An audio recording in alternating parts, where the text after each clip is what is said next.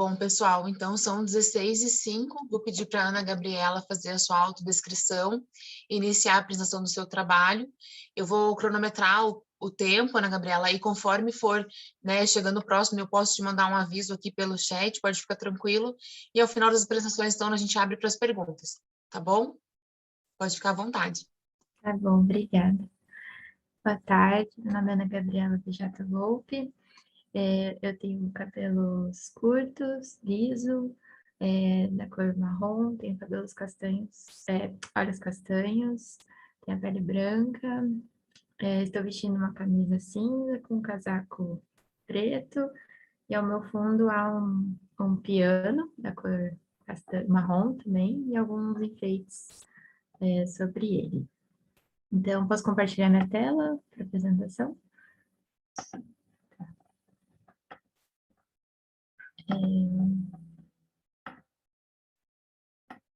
Vocês conseguem ver ela no modo apresentação? Sim, a gente está vendo sua tela inteira, na verdade, não no modelo de apresentação, mas estamos Tá. vendo tudo. Tá, acho que funciona assim, né? Então, eu sou estudante de psicologia da PUC Paraná, e essa pesquisa que eu fiz foi parte do programa de iniciação científica da PUC. Foi feito sobre a orientação do professor Leonardo Carbonelli Campoy, que é das Ciências Sociais. E então, o meu projeto, minha pesquisa tem o título de A Vivência de Gênero e Sexualidade na Perspectiva de Jovens e Adolescentes, Diálogos entre a Psicologia e a Antropologia. O objetivo da minha pesquisa foi investigar o que os jovens e adolescentes compreendem e conhecem das concepções e práticas de orientação sexual, identidade, expressão e papéis de gênero dentro do contexto em que eles estão inseridos. A gente, a partir da literatura, da revisão que eu fiz... Ana, deixa eu Oi? te interromper só. A gente está vendo uma capa de um livro, a gente não está vendo os teus slides. Eu Opa, acho que tu queria mostrar os teus slides, né? sim, aham. Então, só um minuto. Acho que agora vai, desculpa, gente. O que estava funcionando? Foi agora? Agora sim. Agora sim. Então tá. Então, só voltando aqui o objetivo que eu apresentei. E, então, como eu estava falando, a partir da literatura que eu fiz para revisão de literatura, né, da pesquisa, encontrei vários autores que, então, relatam o gênero e a sexualidade como um aparato histórico-cultural, né, e não fruto de marcas biológicas. Esses aparatos são complexos e estão nas relações sociais, nas redes de poder e controle, que regulam, modelam, organizam e politizam os corpos, os comportamentos e as subjetividades de cada um de nós. E tudo isso, né, ocorre desde da nossa socialização primária, desde quando a gente é criança, até nas relações sociais mais complexas, ao longo do desenvolvimento, no presente, e acontece na interação do indivíduo com as suas atividades do seu contexto sociocultural, e também acontece durante a construção das identidades e das subjetividades.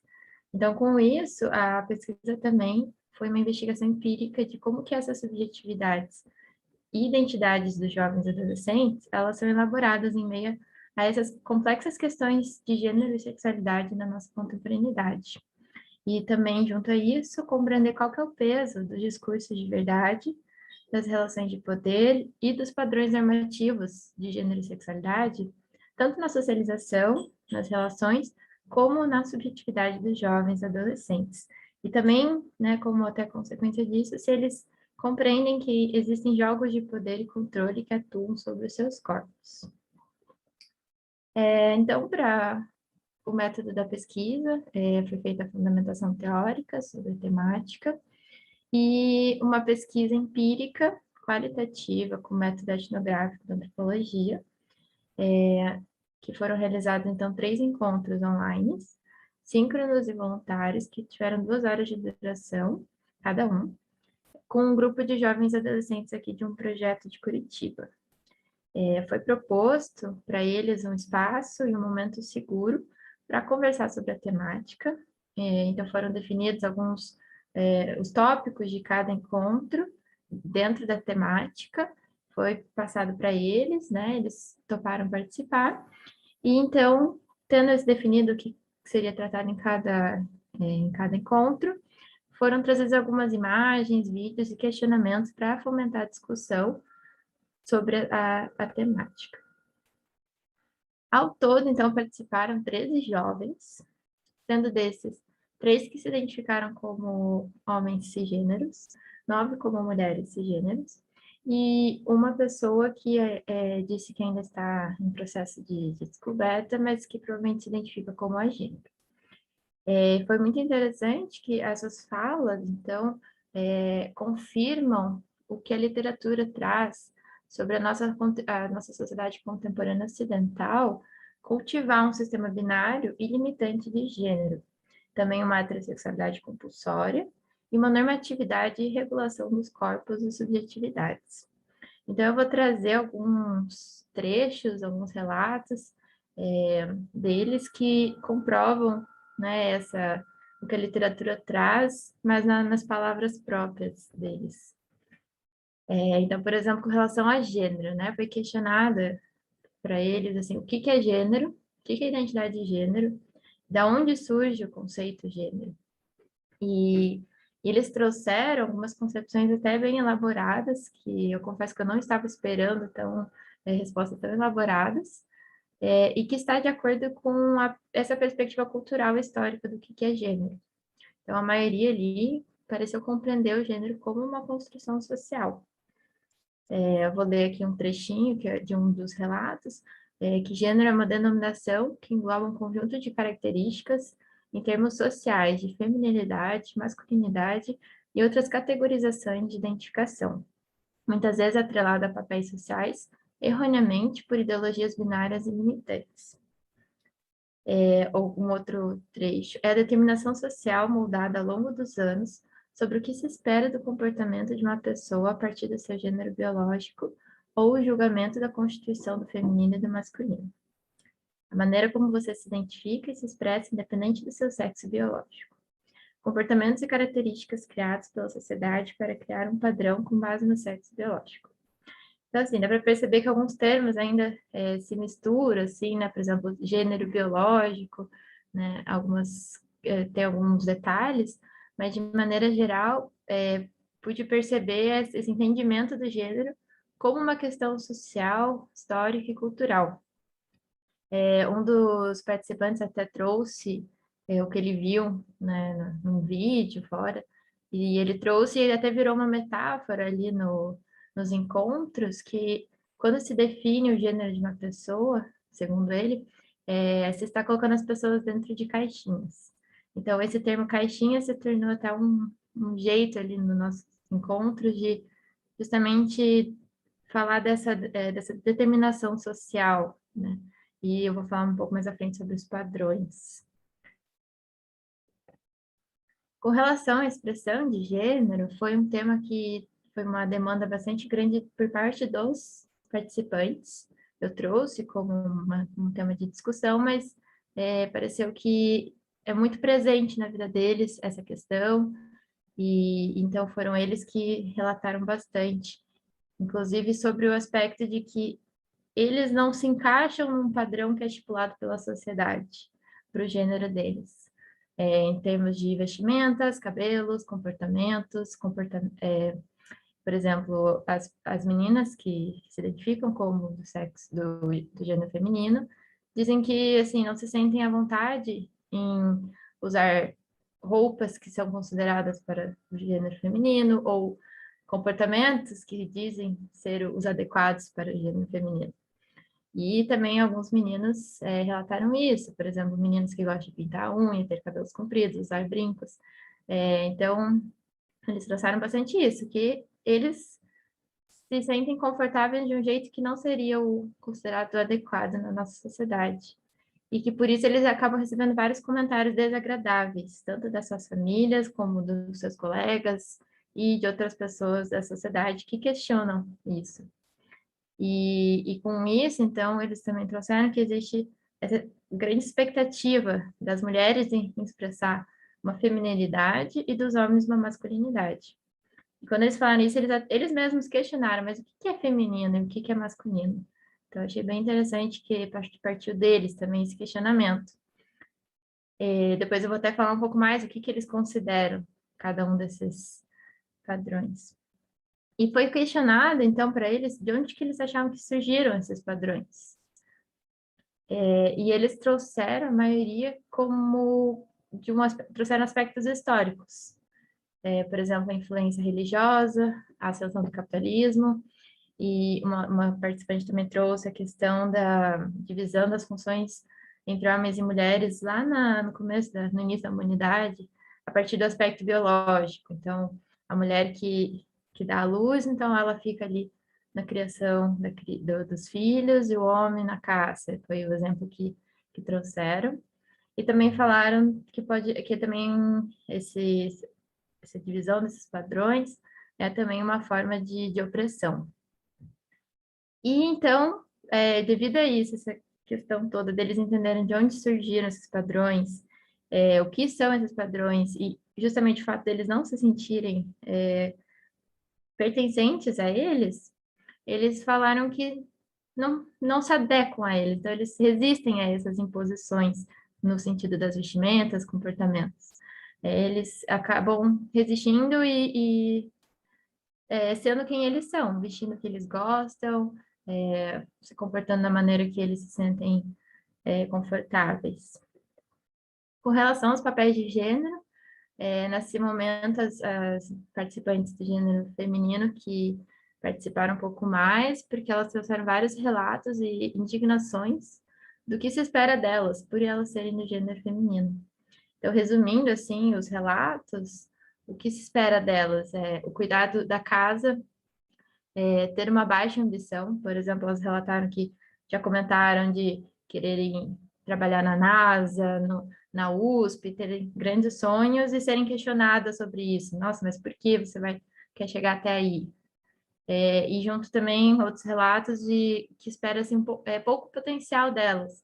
Então, algumas comentaram de quererem ter sua própria empresa, de serem cientistas, e de homens, por exemplo, questionaram, assim, nossa, eu não confiaria se você fosse, não confiaria no trabalho.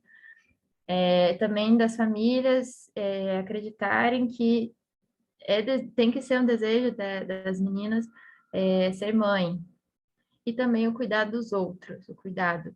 E com isso, eles até também trouxeram a questão do trabalho, né? Que se espera que a mulher busque trabalhos que são mais relacionados ao cuidado, como professoras, até mesmo a psicologia, elas trouxeram, ou trabalhos mais voltados para o lado artístico, e que se espera que os homens, por exemplo, busquem trabalhos mais intelectuais, mais brutos. Então, essa foi uma expectativa que eles falaram que tem com relação ao homem e à mulher.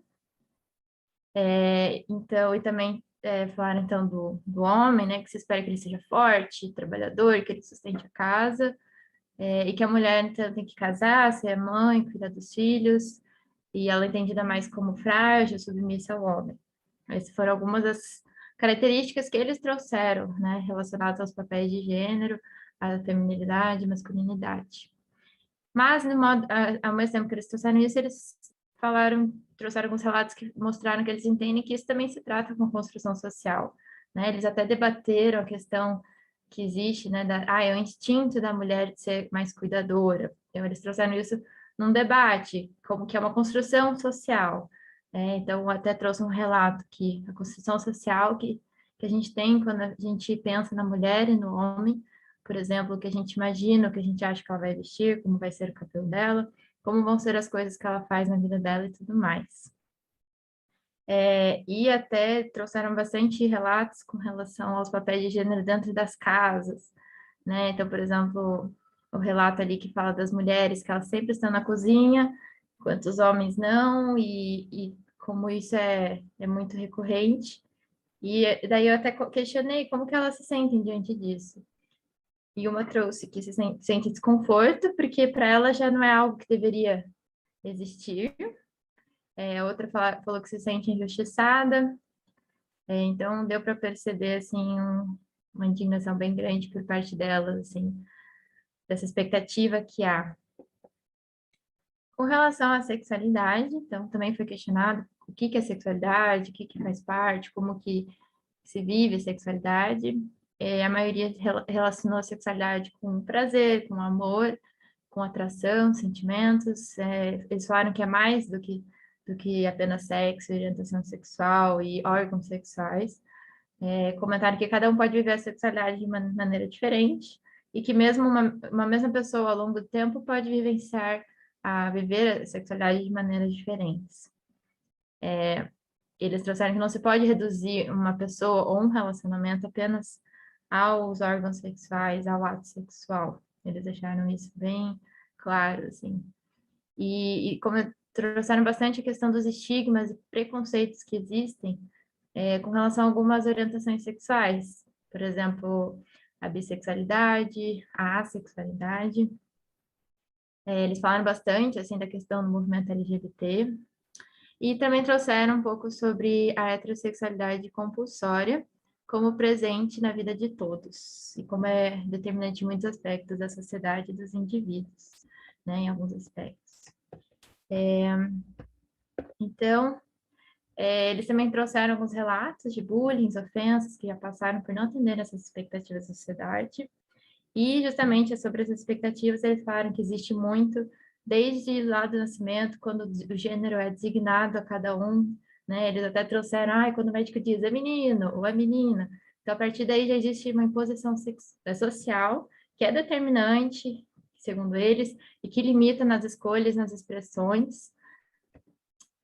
Então, de modo geral, como eu já comentei, eles compreendem como uma construção social, o gênero e a sexualidade, como parte de um sistema de poder e controle, em que cada um é colocado dentro de caixinhas, assim que vem ao mundo. E isso vai de encontro aos padrões tradicionais de gênero, que são engessados na nossa sociedade ocidental, né?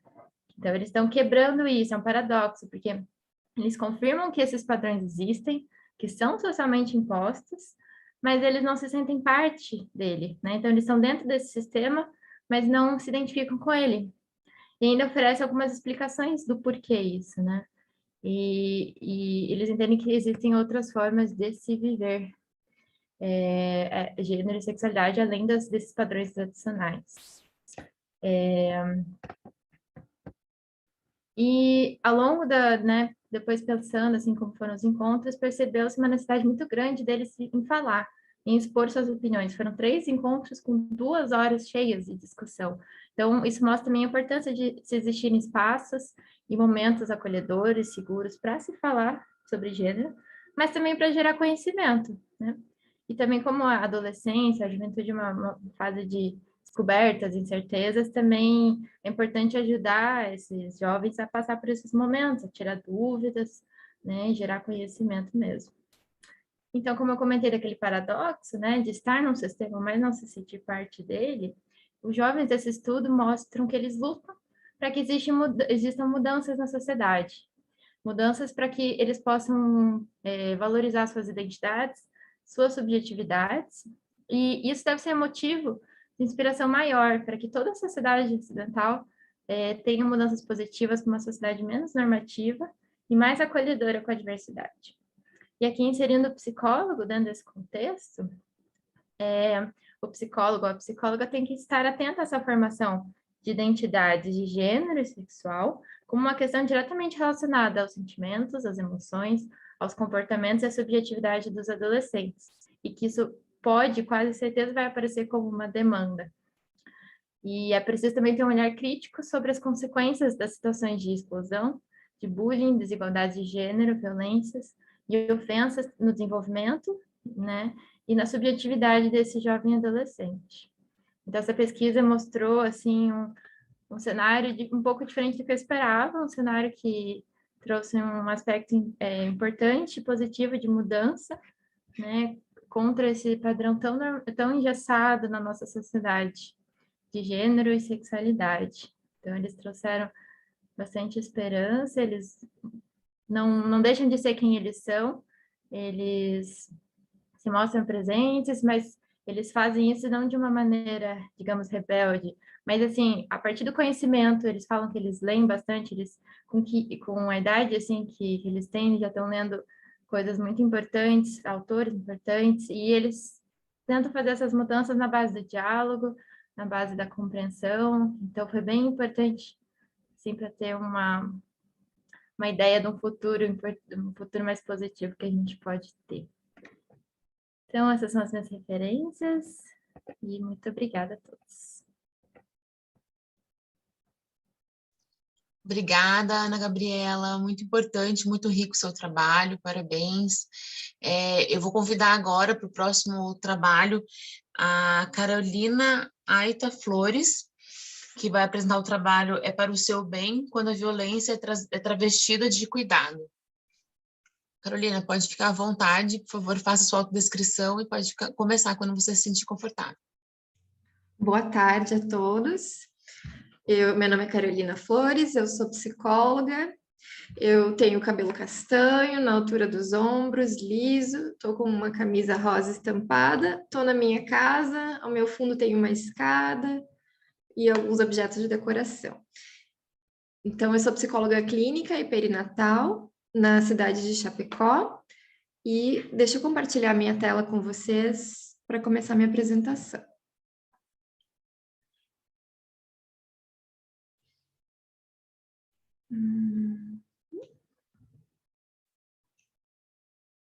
Vamos ver. Apareceu em modo apresentação para vocês? Sim. Tá, ok. Então, deixa eu colocar aqui para lá. Ok, então vou começar. Passou o slide? Ok, então tá. Eu vou apresentar para vocês o artigo final da minha formação em psicologia perinatal. E nesse artigo, eu queria estudar a violência obstétrica, mas eu não sabia exatamente o que eu queria estudar. E aí eu resolvi articular o conceito da violência obstétrica com o da violência perfeita. E o que eu vou falar para vocês hoje aqui é uma intersecção entre esses dois conceitos. Eu já vou explicar os dois para ficar mais claro o que foi a minha pesquisa. Bom, começando pela violência obstétrica. Ela vem sendo pesquisada no Brasil desde os anos 80 e com maior ênfase nos anos 90, com o movimento de humanização do parto aqui no país. A violência obstétrica é um fenômeno que acontece com 1 em cada 4 mulheres brasileiras, tanto na rede pública quanto na rede privada. A expressão violência obstétrica ela foi cunhada por um médico obstetra na Venezuela nos anos 2000, no começo dos anos 2000, e ela pode ser entendida através de diferentes manifestações, pode ser desde uma negligência no atendimento à gestante, até ameaças, humilhação, xingamentos, violência moral, condutas invasivas, negar o alívio da dor, manipular o corpo da parturiente, realizar procedimentos desnecessários, contraindicados pela OMS. Então, tem uma série de manifestações da violência obstétrica. Mas a violência obstétrica que eu vou falar para vocês hoje, ela não é essa explícita, ela é uma violência mais sutil, mais velada, que eu quero chamar a atenção de vocês para esse outro tipo. Para chegar lá, eu vou passar pelo conceito da violência perfeita, que foi um termo cunhado por uma filósofa brasileira, a Marilena Chauí, em 1985, quando ela estudava relações de gênero, articulando com o trabalho da Ana Gabriela. Ela estudava as relações de gênero e violência entre os casais. Então, ela cunhou esse termo violência perfeita, que seria uma violência sutil, quase como uma violência consentida, praticamente invisível, porque ela é difícil de ser reconhecida, ela é tão sutil que a pessoa que sofre esse tipo de violência pode ter dificuldade para compreender que o que ela passou foi uma violência. E nesse tipo de violência perfeita, a vontade do agressor predomina sobre a vontade do agredido sem que ele se dê conta. Aqui eu coloquei a definição que a Chauí cunhou para essa violência perfeita, que é aquela que obtém a interiorização da vontade da ação alheias pela vontade e pela ação da parte dominada, de modo a fazer com que a perda da autonomia não seja percebida nem reconhecida, mas submersa numa heteronomia que não se percebe como tal. Em outros termos, é aquela que resulta em alienação, identificação da vontade e da ação de alguém com a vontade e ação contrária que a dominam. No caso que eu vou apresentar para vocês, esse tipo de violência perfeita, eu quero me referir à violência que acontece praticada pelo médico que assiste uma gestante ou uma parturiente. Eu resolvi articular essas duas ideias quando eu li a matéria de Cócoras no País da Cesárea, da jornalista Vanessa Bárbara, que foi publicada na revista Piauí em 2019. Nessa matéria, a jornalista falava sobre a própria experiência de parto que ela tinha passado quando ela deu à luz a filha dela, e ela percebeu que o discurso da médica que vinha acompanhando ela na gestação foi se transformando. Ela colocou uma frase assim na matéria que dizia assim: a médica disse que o meu parto poderia ser normal, claro, mas só se as coisas corressem muito bem, porque 12 horas de parto ninguém merece, né? Então, assim, parece um cuidado por parte da médica, mas a gente sabe que tem mais alguma coisa acontecendo aí, e essa coisa é o que eu queria estudar quando eu fiz esse artigo. O discurso do risco ao bebê é um discurso também que é utilizado pelos médicos para submeter as gestantes a alguns procedimentos que são convenientes mais para o médico do que para a própria gestante. Então, frases como o bebezinho tem que nascer bem, né? O bebezinho não pode sofrer. Então, esse discurso de que o bebê está em risco é usado para convencer as mulheres de algumas coisas. Esse discurso médico também, através da violência perfeita, ele suaviza justificativas de alguns procedimentos que são invasivos, dolorosos, desnecessários e não recomendados pela Organização Mundial de Saúde. Por exemplo, a episiotomia, que é um corte na vagina da mulher para passagem do bebê, é apresentada para a paciente pelo médico como um piquezinho, né? Olha como é uma coisa inofensiva, é um piquezinho, né? A ocitocina sintética, que é um hormônio colocado para que a mulher, para acelerar o trabalho de parto da mulher, é um sorinho, né? Então parece uma coisa inofensiva, mas são coisas que na verdade fazem mal para a mulher, podem gerar danos para a mulher, mas que são apresentadas dessa forma, quase como um cuidado.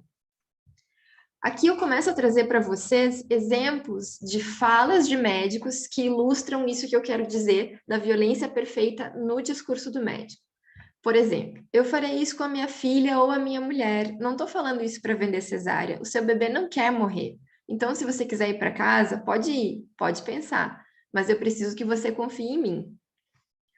Essas falas que eu vou trazer para vocês, inclusive essa anterior, elas foram retiradas de 3 lugares. A tese de doutorado da Juliana Dias, um documentário Violência Obstétrica, Vozes Brasileiras, que vocês podem ver no YouTube, e o dossiê da violência obstétrica, que foi apresentado na CPI da violência contra a mulher em 2012. Então, são todas falas reais que aconteceram, que médicos proferiram para suas pacientes, e que eu compilei para vocês aqui para ilustrar o que é a violência perfeita no discurso médico. Então, vamos lá. Algumas são mais impactantes. A anestesia é para o seu bem, vai dar tudo certo, né? Essa é a frase aqui do título do meu trabalho, né? Para o seu bem. Claro que eu faço parto, mas eu sempre uso fórceps, tá? Bom, 40 semanas e o neném não se manifestou, então a gente vai tirar, né? Se você não agendar, no caso cesárea, eu não me responsabilizo pelo bebê. Eu não abro mão de fazer epísio. Ah, deixa rasgar. Não, não, não. Eu sempre faço epísio. Olha que cuidadoso. No Hospital das Clínicas, eu espero até 42 semanas. No consultório, eu não deixo de passar de 40, porque é perigoso. No caso, as semanas de gestação até o bebê nascer, né? Se você quiser parto normal, ótimo. Só que vai ser na minha posição ginecológica, no meu centro cirúrgico. Quando a paciente quer um parto normal, eu estimulo, deixo ter e faço numa boa. Mas quando a paciente fica meio insegura, eu prefiro que faça cesárea. As mulheres querem episiotomia. Não fazer vai atrapalhar a atividade sexual. Tem mulheres que cabe uma mão dentro. O que vejo de homens largando mulheres com uma penca de filhos por causa disso. Então, essas falas demonstram aqui, né, essa violência no discurso. Do ponto de vista do médico, os órgãos da classe médica, eles negam a violência obstétrica, e o Ministério da Saúde também. Em 2019, em maio de 2019, nos primeiros meses do governo Bolsonaro, o Ministério da Saúde emitiu um despacho sugerindo a abolição da expressão violência obstétrica de todos os documentos oficiais do Ministério da Saúde. Isso gerou bastante polêmica por quem trabalha com gestantes, por quem trabalha com essa área, E aí o Ministério da Saúde, para se explicar, disse que tinha se baseado num documento do Conselho Federal de Medicina, que nesse documento o Conselho Federal de Medicina considera a violência obstétrica uma agressão contra a profissão do médico obstetra, não contra a mulher. Então a mulher é vista como um objeto de saber, um quadro clínico, e o parto, como consequência, é visto como um problema a ser resolvido pelo médico.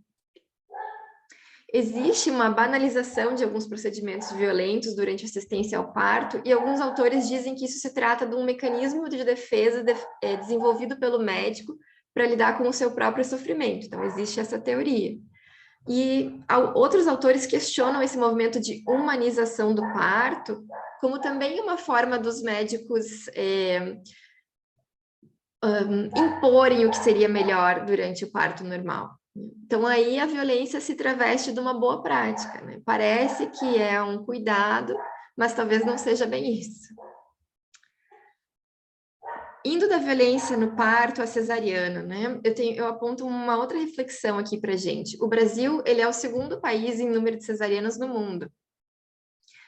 Os artigos da área médica defendem que isso acontece em função de uma preferência da mulher. Então, os artigos da área médica sugerem que a mulher está escolhendo a cesárea, que esse é o motivo da epidemia de cesáreas.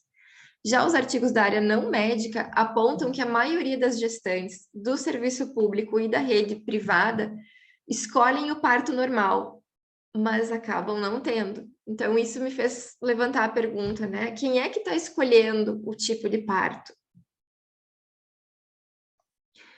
Seria a violência perfeita mais uma forma de vender cesárea? O linguajar médico, ele usa a expressão tentar o parto normal. O parto normal é algo que a mulher tenta, mas que não sabe se vai conseguir.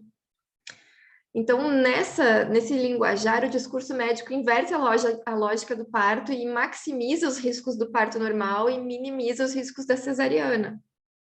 Coloquei uma outra fala aqui para vocês. Bem, é que a criança é que nem uma fruta, se você não tirar no momento certo, ela apodrece, né? Então, uma justificativa para cesariana. Outra questão, né? A violência perfeita, ela pode acontecer em qualquer momento da assistência à gestante, mas alguns artigos apontam que o trabalho de parto é a janela de oportunidade para que a persuasão médica dite o rumo dos acontecimentos. Então, aqui é onde a mulher está mais vulnerável, ela tá, né, o corpo dela está passando pelas contrações, né? Isso é um momento que mexe com a mulher, o trabalho de parto.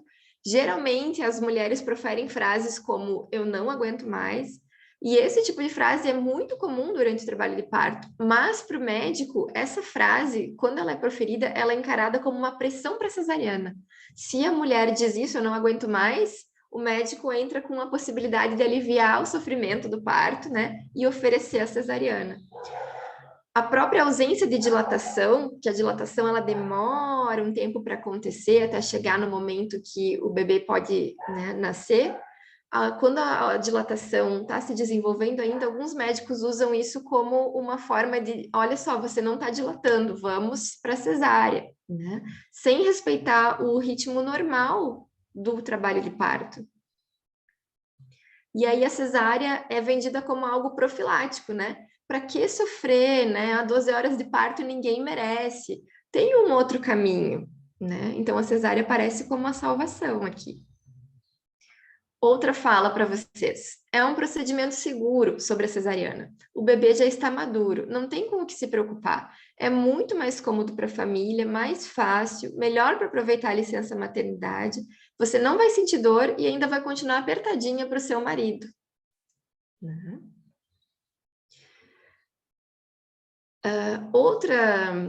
Outra fala do repertório médico é a tal da cesárea a pedido, que foi um termo cunhado também para justificar que a cesárea é requisitada pela mulher, para responsabilizar a mulher por essa escolha, né? Então, a cesárea a pedido da gestante, ela escolheu, né?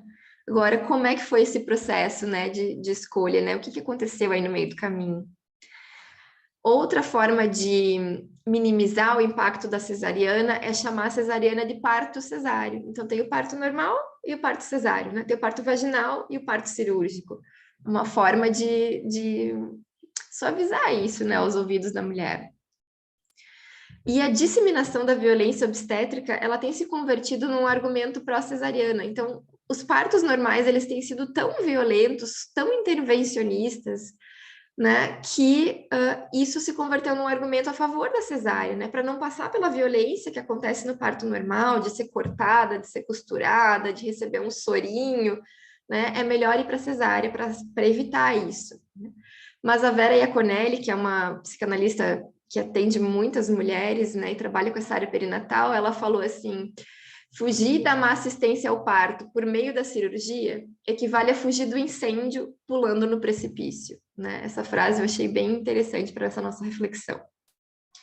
E o excesso de cesáreas seria talvez uma nova forma de violência obstétrica, né? Essa epidemia de cesáreas não seria uma nova forma de violentar as mulheres, né? É uma questão que eu trago aqui para vocês. E chegando nas minhas considerações finais, os autores que pesquisam essa área, eles dizem que existe uma conspiração do silêncio em torno da violência obstétrica. Ela tem sido encarada pela equipe de saúde como parte do protocolo. É tão corriqueiro fazer todas essas intervenções na mulher que está parindo, né? Que isso já fica invisível para a equipe de saúde. E a mulher que passa pela violência obstétrica, se o bebê nasce bem, ela fica em dúvida se o que ela passou foi violência ou não. O psicólogo Alexandre Coimbra Amaral, ele tem uma frase que é: a maioria das violências humanas acontece sem que o outro perceba que está cometendo violência. Eu acho que essa frase é bem relevante para essa nossa discussão de hoje. E eu argumento com vocês que a gente precisa tornar a violência obstétrica visível em momentos como esse que a gente está fazendo hoje, nessa discussão. Quem trabalha com gestantes, né, nós como psicólogos, né, a gente precisa ajudar esse fenômeno a se tornar mais visível para que a gente possa enfrentá-lo, né?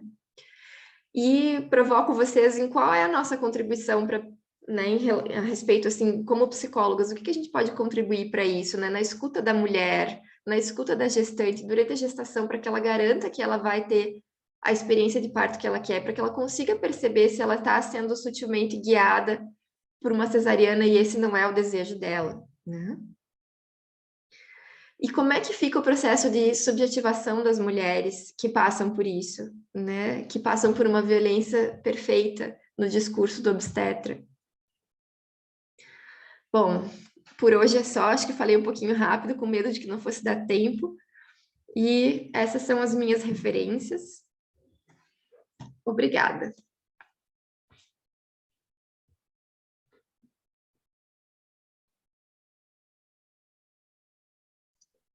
Obrigada, Carolina. Excelente trabalho, considerações super importantes. Eu vou convidar agora para apresentar o trabalho a Tâmara Tomitan Richter, que vai falar sobre o trabalho Violência Psicológica contra a Mulher tipificada como crime, um novo dispositivo. Tâmara, pode fazer sua autodescrição e ficar à vontade para a apresentação. Tá, obrigada. Só esperar a Carol tirar aqui. Estão me escutando bem? Tá. Bom, meu nome é, então, Tamara Tomitan Richter. Eu sou uma mulher de 30 anos, branca. Meu cabelo é da cor castanha, médio. Ele tá preso no momento. Tô usando uma camiseta branca. Eu uso óculos e ao fundo tem uma parede branca com uma janela branca também. Vou compartilhar aqui os meus slides.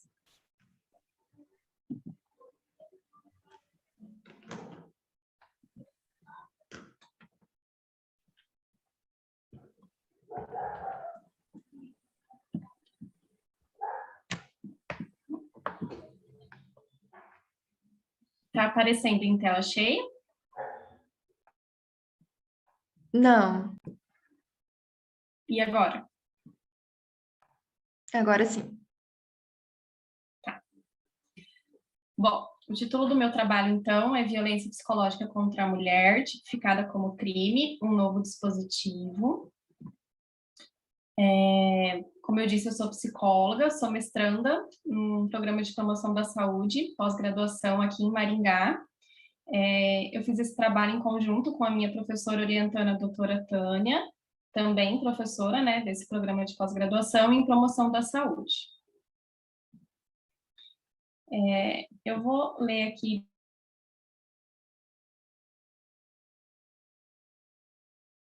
no que a gente se propôs a escrever. Tamara, tá travando o seu áudio.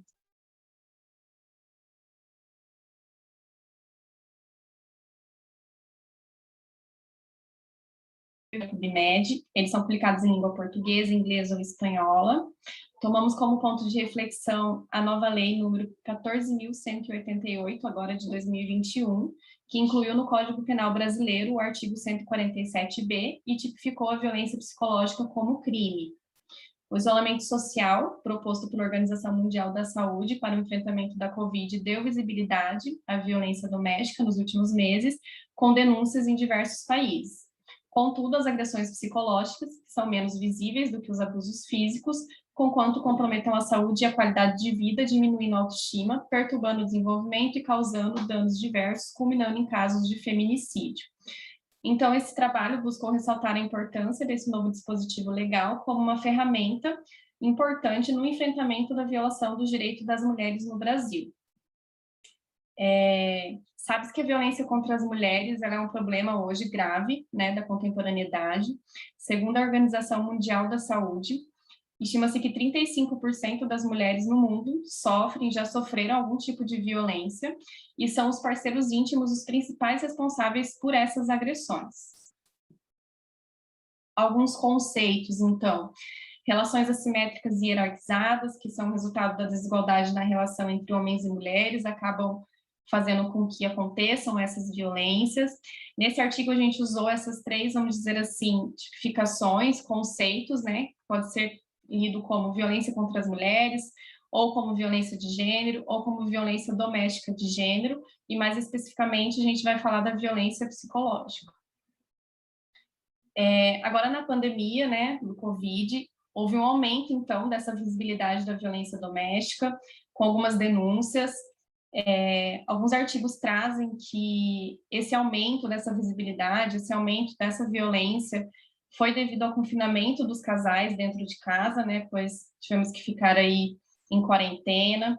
Isso causou também um estresse bem grande nessas mulheres e nos homens também, por conta do medo desse vírus e de como seria futuramente, né, a gente não sabia quanto tempo teríamos que ficar em casa. Houve também o fato da insegurança econômica, muitas pessoas perderam seu emprego, né, a gente acabou ficando sem saber questão essa estabilidade, se mês que vem a gente ainda ia estar empregado ou não, se ia ter a fonte de renda ou não. Então, todos esses itens, eles potencializaram os conflitos entre os casais dentro de casa, segundo esses autores, Charlotte Toledo Silva, 2020. O Brasil ele é considerado o 5º país do mundo em que mais mulheres são mortas em razão de pertencimento do sexo feminino, né? Então, a gente tem uma taxa alta de feminicídio no nosso país. E existe, então, essa lei, né, provavelmente conhecida aqui por todas nós, a Maria da Penha. Acredito que tudo se inicia nessa lei, e ela classifica a violência doméstica em 5 diferentes tipologias, e a psicológica é uma delas, né? Então, é a física, a psicológica, a sexual, a patrimonial e a moral. Porém, na Lei Maria da Penha não existia a criminalização da violência psicológica. Era como se ela apenas classificasse quais são os tipos, mas não havia uma tipificação e uma criminalização caso essa violência viesse a acontecer. Então, a gente meio que trabalhava com essa lei de uma forma muito solta, né?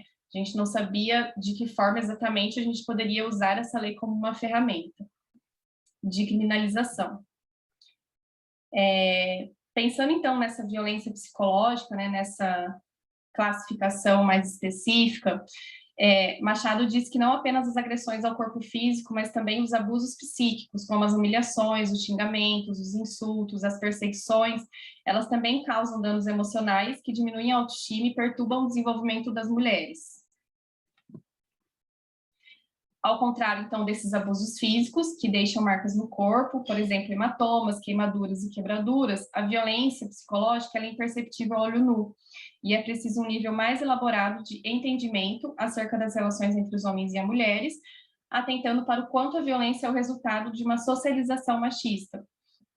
Então, na verdade, a violência psicológica, ela hoje é subestimada, mas ela tem muitos efeitos, né, sobre a qualidade de vida das mulheres que sofrem violência. Alguns estudos evidenciam que as agressões físicas quase sempre elas são antecedidas pelas agressões psicológicas e é um ponto de partida para essas agressões físicas, culminando no feminicídio. Essa violência ela abrange condutas que causam danos emocionais em geral, ou atitudes que têm o objetivo de limitar, controlar as ações e o comportamento das mulheres através das ameaças, constrangimentos, humilhações, chantagens e ações que causem prejuízo à saúde psicológica. É um tipo de violência difícil de ser identificada, porque na maioria das vezes acontece dentro de casa, né, de forma velada. Então, provavelmente houve esse aumento agora em pandemia, né? Houve bastantes casos também de subnotificação, porque as mulheres acabaram ficando impedidas de ter o acesso às denúncias, né, e da delegacia e das unidades básicas de saúde. Então, cresceu bastante esses casos, porém eles não foram subnotificados. Por isso a importância de se pensar sobre a violência psicológica, porque ela é como se fosse uma das primeiras ali que ocorre entre o homem e a mulher, só que a gente não tem acesso a ela. E muitas vezes a própria mulher ela não se dá conta de que isso está acontecendo. Qual que é a função, então, da mulher na sociedade que acaba gerando esse incômodo, né? Que acaba gerando essa posição de estranheza do homem dentro de casa em relação à mulher, e aí acaba gerando essa violência contra essa mulher. A ascensão e a dependência da companheira, isso aconteceu bastante durante a pandemia, né? Muitos homens perderam o emprego, às vezes as mulheres tiveram que ficar sustentando ali a casa, os filhos, tiveram que trabalhar e cuidar da casa ao mesmo tempo, e aí os homens que não têm esse costume, vamos dizer assim, acabaram ficando incomodados.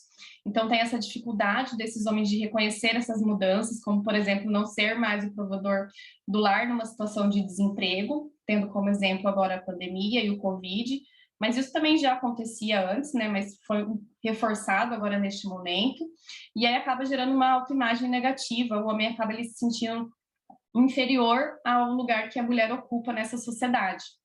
Ali eu coloquei uma citação só para fechar essa ideia, né? A violência ela se justifica como uma forma então de compensar essas possíveis falhas de cumprimento no papel de gênero entre o homem e a mulher. O que reforça esses comportamentos do homem? O alto consumo de álcool, né? Então, às vezes o marido, o companheiro chega em casa alcoolizado, isso acaba reforçando a violência, ciúmes, falta de estrutura do sistema e, consequentemente, do conhecimento dos profissionais que atendem casos de violência. E aí, ao invés de oportunizar a autonomia da mulher, né, mostrar empatia, mostrar que a gente está ali do lado, que tudo que vai ser feito é possível e de acordo com o que ela desejar, acaba revitimizando, na verdade, essa mulher. Tem também a desigualdade de gênero, que diz respeito à classificação dos papéis sociais, que eu acabei de falar, né? A mulher, às vezes, acaba sendo subjugada pela superioridade masculina, pelos papéis sociais de gênero, e o histórico de violência familiar do agressor também, né? Se esse homem, ele teve aí uma criação, teve pais que brigavam ali na frente dele, né? Se tem uma família mais violenta, ele vai acabar levando isso para o seu seio familiar.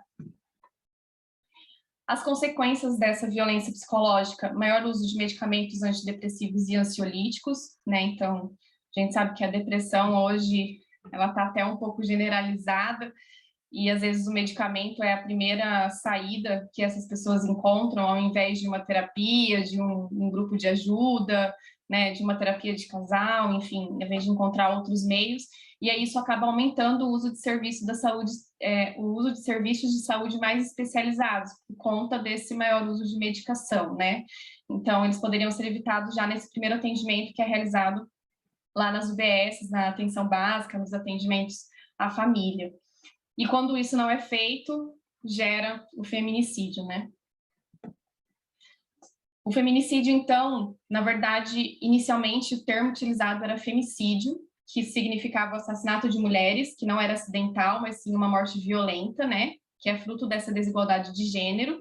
E aí, lá em 1990, esse crime foi caracterizado como foi caracterizado como ódio às mulheres.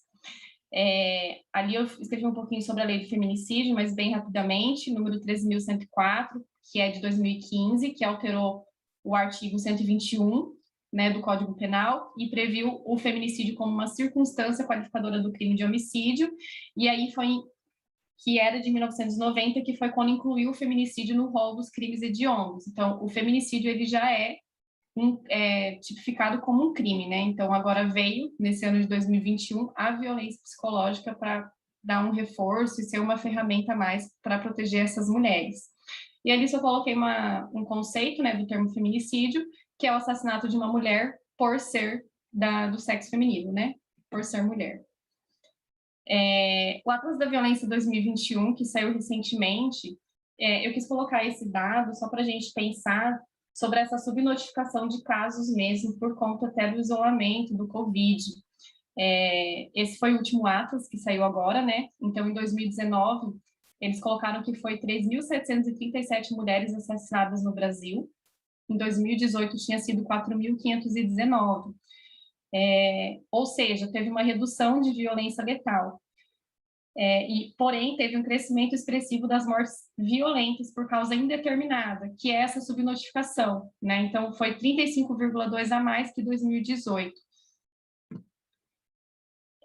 No Atlas de 2021 também da violência, eles colocam que apesar da violência ter diminuído, na verdade, a notificação, né? Que a gente não sabe se foi uma subnotificação por conta da pandemia ou por alguns outros motivos. Apesar de ter diminuído esse número, em relação a gênero e raça de mulheres brancas ou de mulheres negras, o número de mulheres negras que sofreram violência subiu. Então, eu coloquei ali, número de mulheres brancas que sofreram violência declinou 24,5%. Porém, o mesmo não aconteceu com as mulheres negras, que teve um declínio apenas de 15,7%.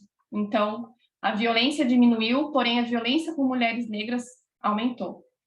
Então, a gente pode afirmar que a redução da violência ela não se reduziu na desigualdade racial. Em 2009, a taxa de mortalidade de mulheres negras era de 48,5% superior. Isso em 2009, gente.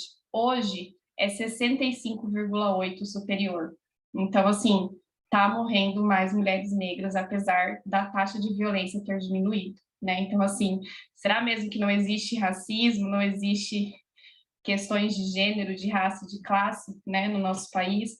Onde será que estão essas mulheres negras hoje, em meio a essa pandemia, né? Dentro de casa, isoladas, sofrendo todos os tipos de violência. Coloquei ali uma outra citação que eu achei bem interessante.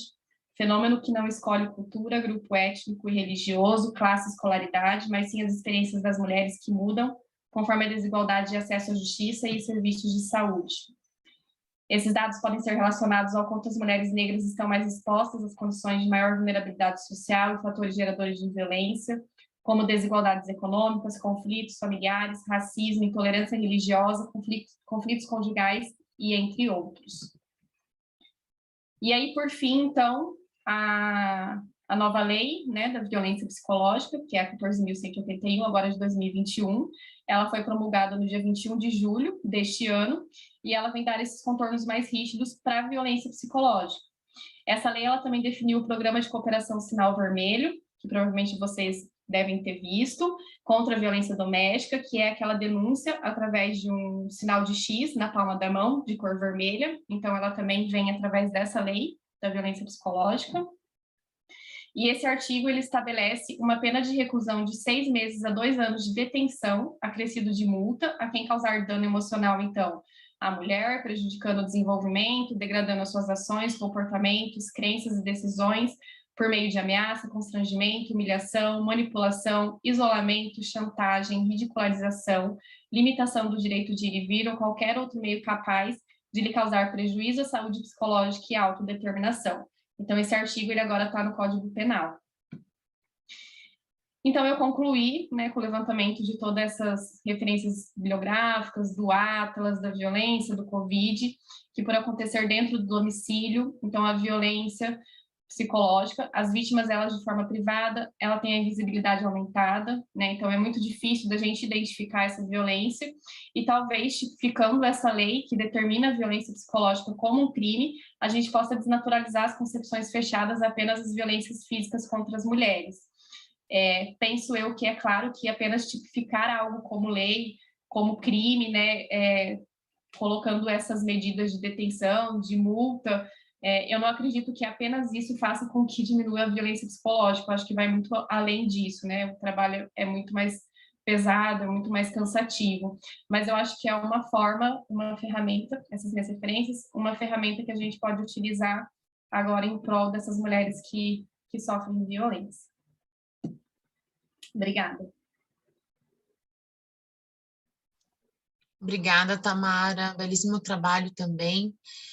Pelo que eu verifiquei aqui, a Caroline não está online. Eu não sei se tem alguém que veio no lugar dela para fazer a apresentação do trabalho. Caso não tenha ninguém, eu vou convidá-los a abrirem as câmeras e os microfones e ficarem à vontade para fazer perguntas, agora que nós acabamos já a explanação dos outros 3 trabalhos apresentados.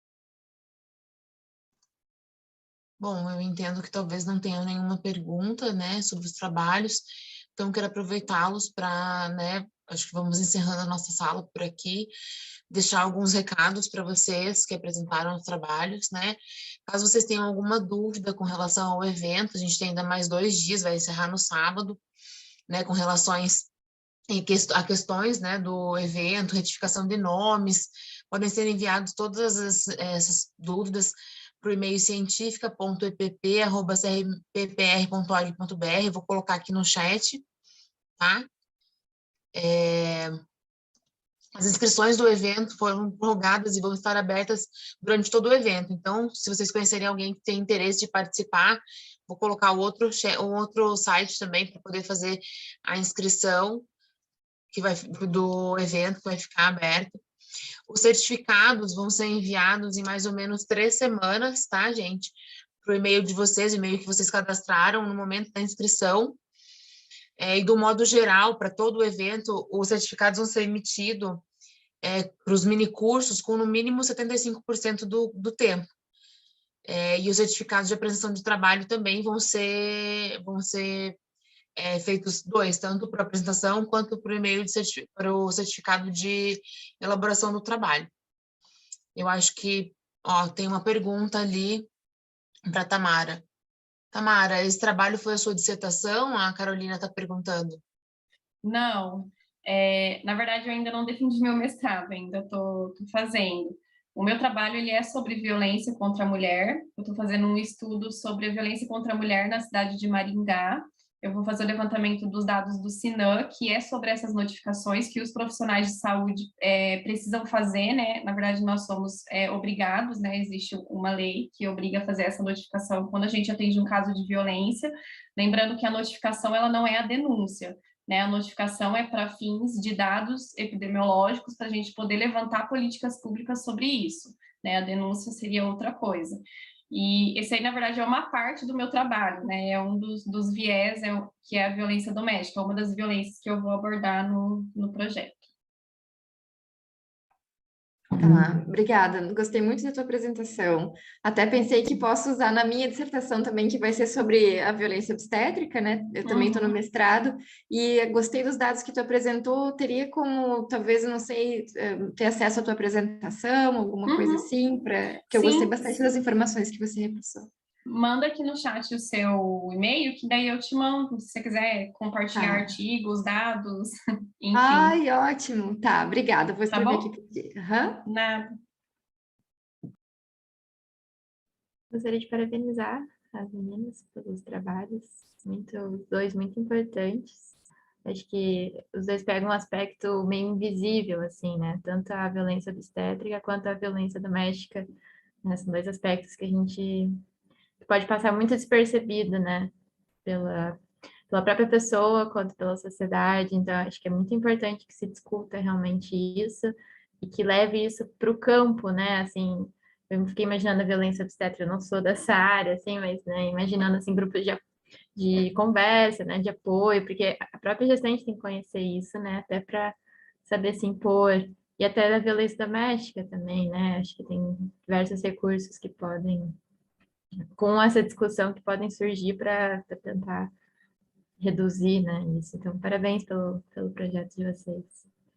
Obrigada. E no teu caso, Ana, também, quanta violência de gênero a gente tem, né, visto também, né, relacionando o teu trabalho com a Tamara, né, as mulheres trans são também vítimas de muitos atentados, muitas violências, né, então acho que parece que os nossos 3 assuntos tiveram alguma relação, né, a gente ficou no mesmo eixo, não foi à toa, né. O teu trabalho, talvez, se tu falou que tu é um estudante de psicologia, né, daria também para fazer uma outra pesquisa em relação à violência de gênero, já com isso que você já começou com essa base, né, que ótima que você apresentou para a gente hoje, né? A violência de gênero, Ana, na verdade, é a base do meu trabalho. Esse trabalho que você está fazendo, que você está lendo as referências, é a base do meu trabalho. Eu vou falar sobre gênero, masculinidade e feminilidade. Então, assim, realmente tem tudo a ver. Não é à toa que a gente está na mesma sala, como a Clara falou. Na verdade, tudo se liga, né? Gostei bastante também. Bom, gente, eu quero agradecer, né, em nome do Conselho Regional de Psicologia, né, pelas contribuições do trabalho de vocês, o quanto é importante esse tema, tanto dos padrões, vivências de gênero e sexualidade, a violência contra a mulher e contra, né, as outras pessoas, o racismo, quanto isso está tão presente no nosso dia a dia, né, agradecer pela presença de vocês, a participação no 17º Encontro Paranaense de Psicologia, né, cultivar o futuro agora, a psicologia diante das políticas de subjetivação impossíveis, e parabenizá-las mesmo, foram excelentes trabalhos, eu gostei muito de estar presente aqui com vocês, eu trabalho também na clínica, no Centro de Excelência em Gênero e Sexualidade, para mim foi bem bacana participar do trabalho de vocês, achei bem bacana, parabéns, gostei bastante mesmo. Tá bom? Até mais. Acho que encerramos por aqui, sem outras perguntas, agradeço bastante vocês, tá bom? Obrigada a todos e todas, uma boa tarde.